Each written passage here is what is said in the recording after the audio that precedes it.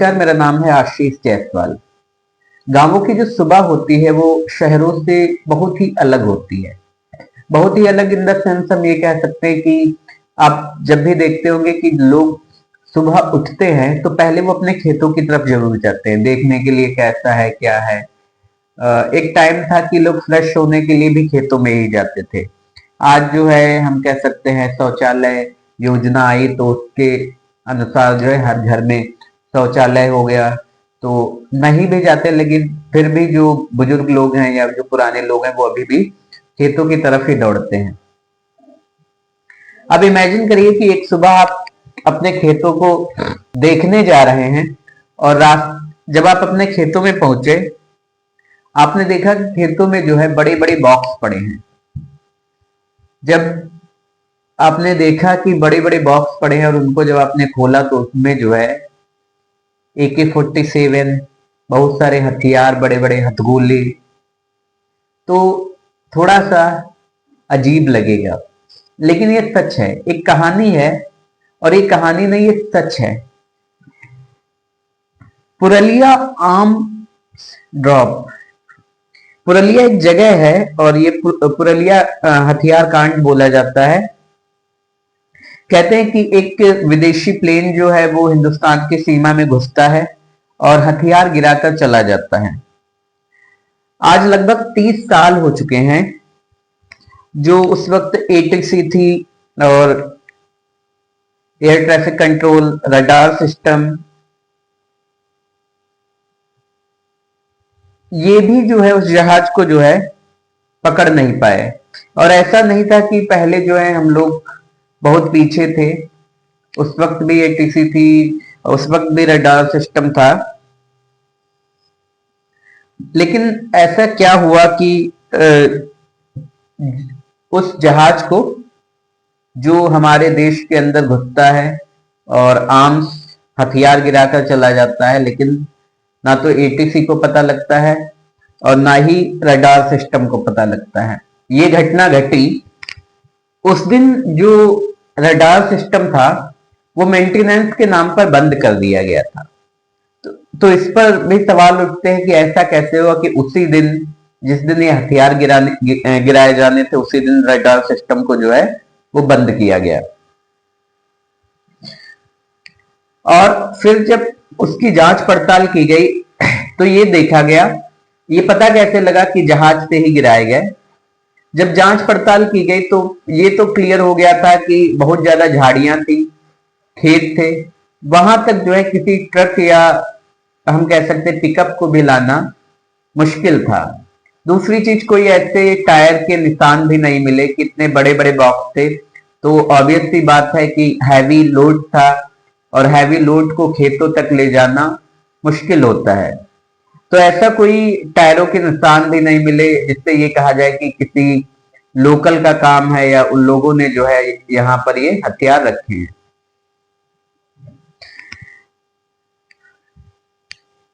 जब इस पर जांच होती है तो गांव वालों से पूछा जाता है तो कुछ लोग बताते हैं कि जो विमान था वो बहुत नीचे उड़ान भर रहा था। वो विमान आता है, हथियार गिराता है और चला जाता है। अब सवाल यहाँ पे बहुत सारे उठते हैं। पहला तो यही है कि एक विमान आया, उसने हथियार गिराए और चला गया, ऐसा कैसे हो सकता है।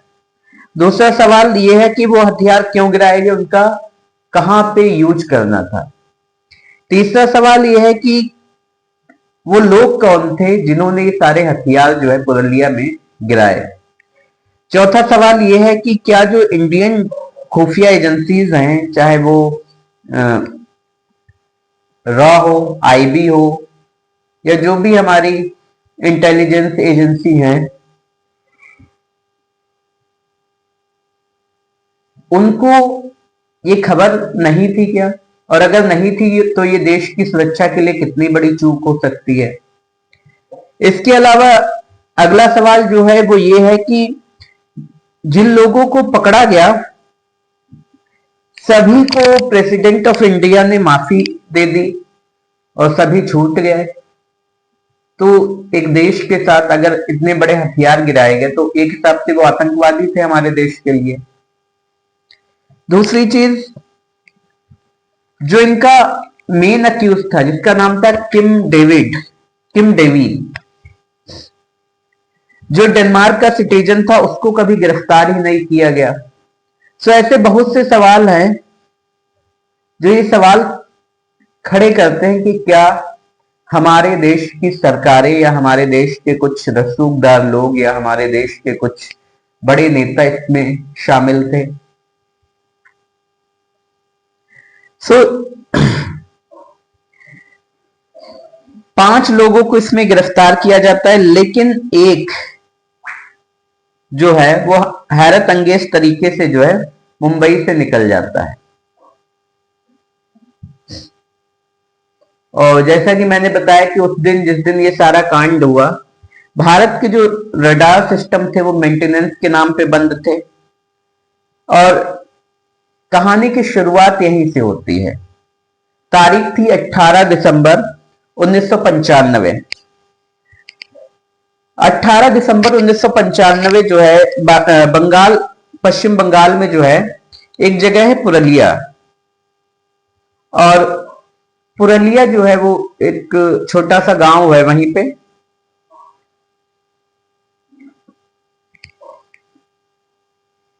पे जो एक छोटा सा गांव है, वहां पर जब सुबह लोग उठते हैं और वो जा रहे थे तो उन्होंने देखा कि बड़े बड़े बॉक्स पड़े हैं। जब वो लोग बॉक्स को देखते हैं तो उसके बाद बॉक्स को खोला जाता है। जब बॉक्स को खोला जाता है तो उसमें AK-47, कारतूस, रॉकेट लॉन्चर, हथगोले, टैंक पर हमला करने वाले ग्रेनेड और 9mm pistol, night vision glasses, मतलब जो भी हम कह सकते सेना यूज करती है या जो भी चीजें एक युद्ध के वक्त यूज किए जाते हैं वो सारी चीजें उसमें थी। जब ये सारी चीजें उसमें थी, धीरे धीरे गांव वालों को पता लगता है। अब गांव के लोग जो है अपना काम छोड़ छोड़ कर जो है जहां वो हथियार पड़े हुए थे उधर की तरफ भागते हैं। आपने अक्सर देखा होगा कि अभी कोई एक्सीडेंट हो जाए, उसमें कुछ भरा हुआ है, वो गिर जाए अगर ट्रकों से, तो आपने कई वीडियोस देखे होंगे कि लोग जान बचाने की जगह चीजों को उठाना जरूर पसंद करते हैं कि वो चीजें, तो ये हमारे यहाँ की एक पहचान भी है कि लोग कितने नंगे भूखे हैं। धीरे धीरे क्या होता है कि लोग जो है अपना हथियार चूज कर लेते हैं और उसको ले जाकर अपने घरों में छिपा देते हैं। इसके बाद लोकल पुलिस तक बात पहुंचती है। जब लोकल पुलिस तक बात पहुंचती है तो उनके लिए हैंडल करना बहुत मुश्किल था, इतने ज्यादा हथियार। फिर जो है डिस्ट्रिक्ट लेवल तक पहुंचती है, डिस्ट्रिक्ट लेवल से कोलकाता सरकार तक बात पहुंचती है, उसके बाद फिर दिल्ली बात पहुंचती है, और फिर वहां से जो है CM office, PMO, raw, IB, सबके सब जब ये बात सुनते हैं, अब उनके गले के नीचे बात नहीं उतर रही। इतना बड़ा देश के भीतर जो है आर्म ड्रॉप हो जाए और किसी को कानों कान भनक ना लगे तो ये तो बड़ी शर्मिंदगी वाली बात है। इसके बाद जो है एक टीम भेजी जाती है, स्पेशल टीम भेजी जाती है जो कि हथियारों को जमा करके और उन्हें सबमिट करना था। इसके बाद जो है जो लोग हथियार उठा ले गए थे उनके घरों की तलाशी ली जाती है और उनके हथियार जो है जमा कराए जाते हैं। उनसे ये भी कहा जाता है कि आप अगर जो लोग यहाँ से हथियार लेकर गए हैं वो अगर सबमिट कर देते हैं, हथियार जमा करा देते हैं, सरेंडर कर देते हैं, तो उन पर कोई कार्रवाई नहीं की जाएगी, लेकिन कि अगर चेकिंग के दौरान मिले तो कार्रवाई की जाएगी। इसके बाद बहुत से लोग आते हैं, अपने हथियार सरेंडर करते हैं, बहुत से घरों में जांच होती है, उसके बाद हथियार मिलते हैं। लाउड स्पीकर पर अनाउंसमेंट भी किया जाता है कि ये जो हथियार हैं ये कोई साधारण हथियार नहीं है, इनको आप सबमिट कर दीजिए, आपके लिए चलाना भी मुश्किल होगा और आपको जरूरत क्या है इन सारे हथियारों की। जब पूरी जांच होती है और जांच में 300 AK-47, 15,000 कारतूस, 8 रॉकेट लॉन्चर थे और हथगोले कहते हैं अनगिनत थे, गांव उड़ जाता पूरा, इतने हथगोले थे। उसके बाद छानबीन हुई, तब पता चला कि एक प्लेन जो था वो बहुत नीचे आया और वहां तक गाड़ियों का जाना तो नामुमकिन ही था, मैंने पहले बताया। इसके बाद जो है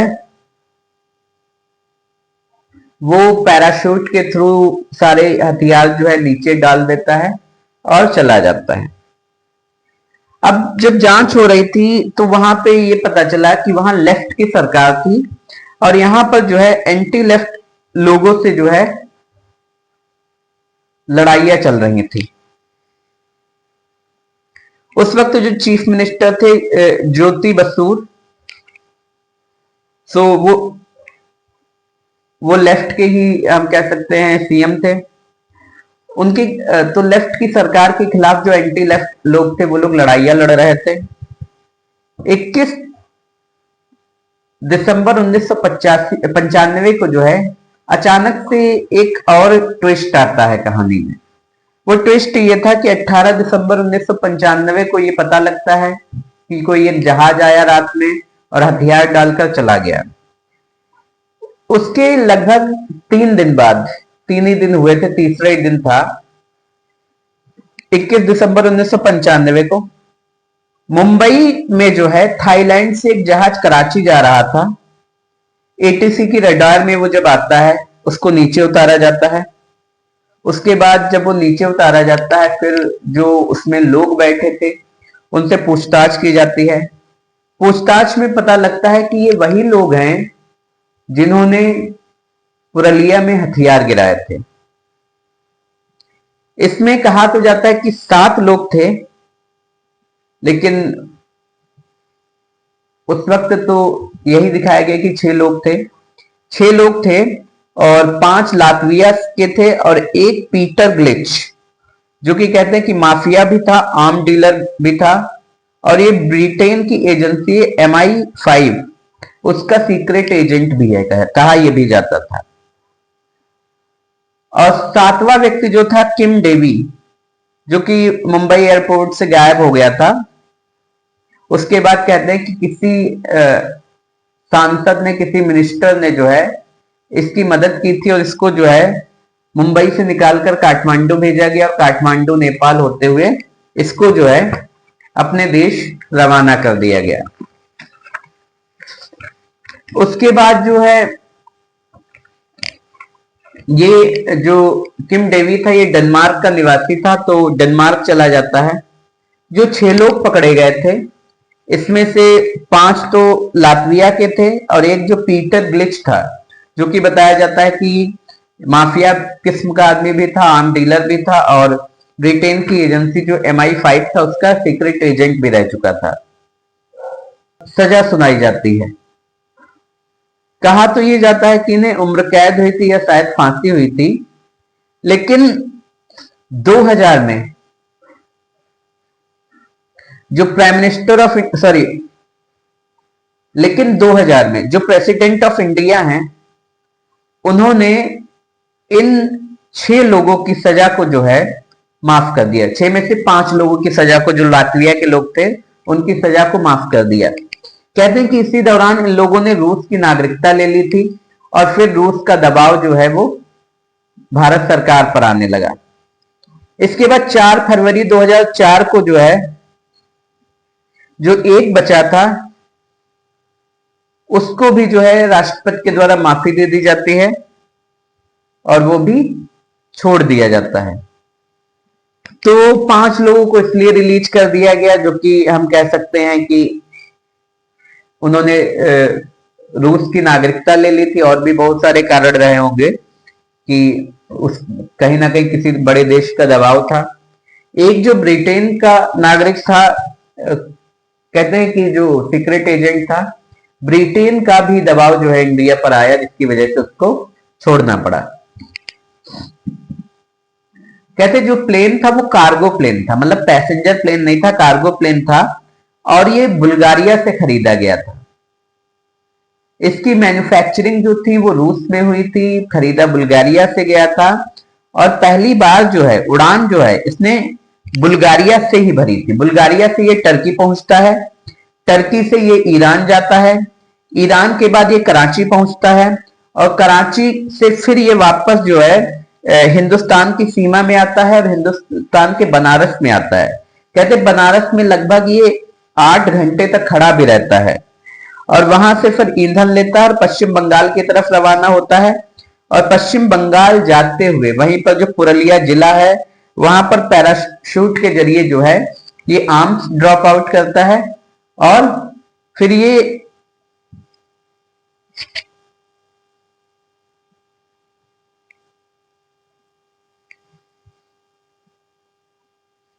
कहते पश्चिम बंगाल जाते हुए ये पुरुलिया के पास जो है पैराशूट से आर्म हथियार गिराता है।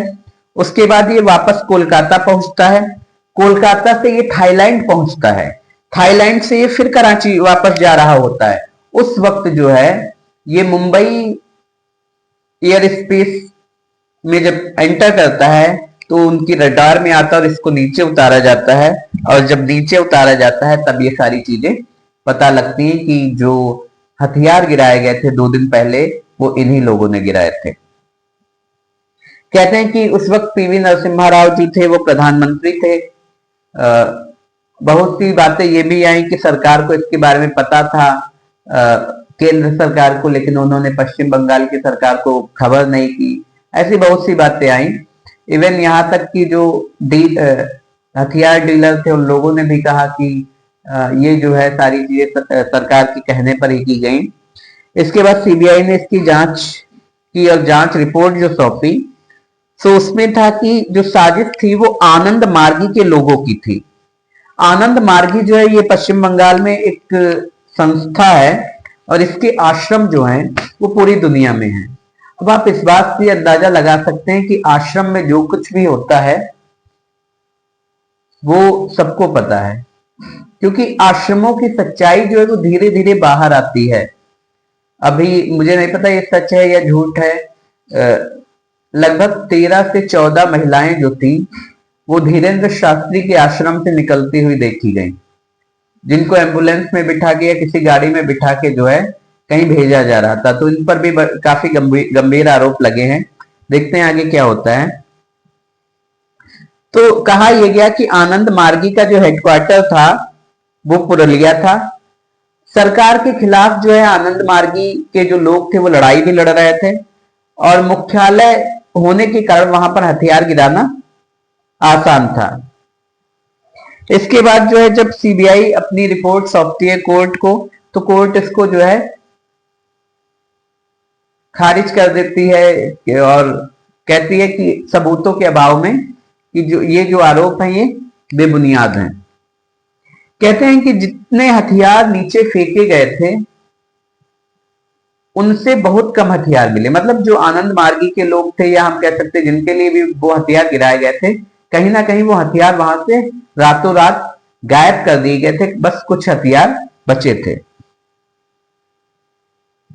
इसके बाद जो है ये कहा गया कि जो बांग्लादेश में उग्रवादी गुट थे जिनको हथियार चाहिए थे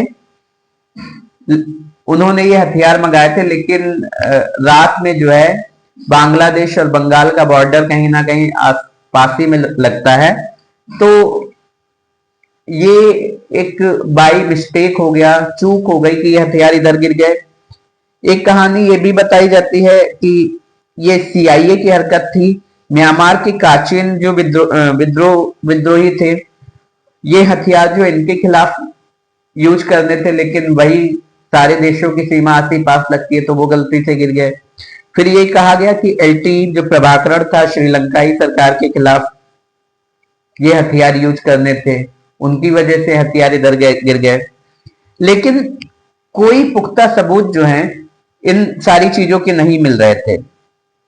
ब्रिटेन की जो खुफिया एजेंसी है उन्होंने कहा कि इंडियन सरकार को जो है वो ये सारी बातें पहले से पता थी। जो लेफ्ट की पार्टी थी बंगाल में, पश्चिम बंगाल में, वहां पर जो है वायलेंस ज्यादा हो रहा था। आईबी, इंडियन गवर्नमेंट, रॉ सबको मालूम था। ये जो है किम डेवी ने एक इंटरव्यू में कहा, किम डेवी वही व्यक्ति है जो हथियार डीलर था लेकिन वो अचानक से गायब हो जाता है मुंबई एयरपोर्ट से। इसके बाद ये हुआ कि इंडियन गवर्नमेंट ने जो है डेनमार्क की गवर्नमेंट से संपर्क किया कि इसको जो है सौंप दिया जाए। तो पहले तो डेनमार्क की गवर्नमेंट ने दो शर्तें रखी कि पहली चीज तो इसको फांसी की सजा नहीं होगी इंडिया में अगर इसको सौंपे, दूसरी चीज जो भी सजा होगी वो ये डेनमार्क में भुगतेगा। लेकिन डेनमार्क का निवासी था, बहुत पावरफुल था, ताकतवर भी था, आर्म डीलर था, मान लो उस देश का था, अपने देश के लिए वो आतंकवादी था लेकिन उसके लिए तो उनका निवासी था। तो फिर ये बातें चली रही थी, लेकिन फिर जो है किम डेवी ने डेनमार्क की कोर्ट में जो है एक अपील की और उसकी अपील जो है मानी जाती है। डेनमार्क की गवर्नमेंट को फिर आदेश दिया जाता है कि किम डेवी को जो है वो इंडिया को नहीं सौंपेंगे।